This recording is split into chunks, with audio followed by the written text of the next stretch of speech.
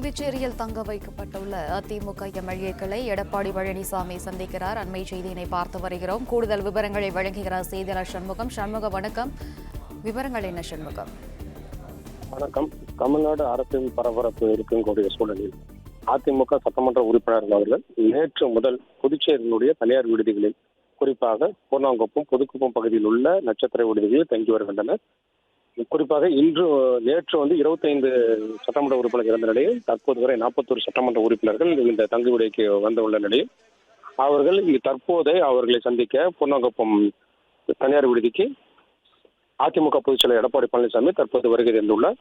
தொகுதி சொகுசு விடுதி தங்கப்பட்டுள்ள சட்டமன்ற உறுப்பினர் அதிமுக சட்டமன்ற ஆலோசனை கூட்டம் இன்னும் சட்ட நேரத்தில் நடத்தப்பட இருக்கிறது.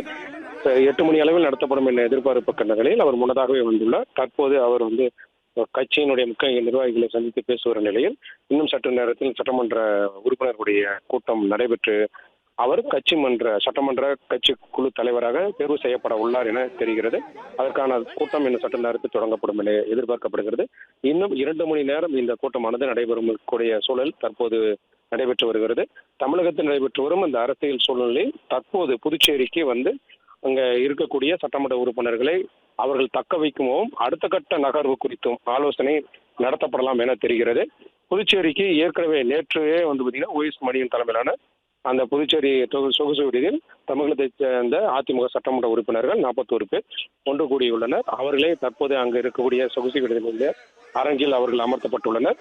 தற்போது இந்த கடற்கரை ஒட்டியுள்ள தனியார் ரிசார்ட்டில் கட்சி தொண்டர்கள் மற்றும் புதுச்சேரியை சார்ந்த நிர்வாகிகள் இங்கே குவிந்து வருகின்றனர். மேலும் அதிமுக பொதுச் செயலாளர் தற்போது வருகை தந்து வருகிறார். வருகை தந்தவுடன் தற்போது ஆலோசனை கூட்டம் நடைபெற உள்ள என தெரிகிறது.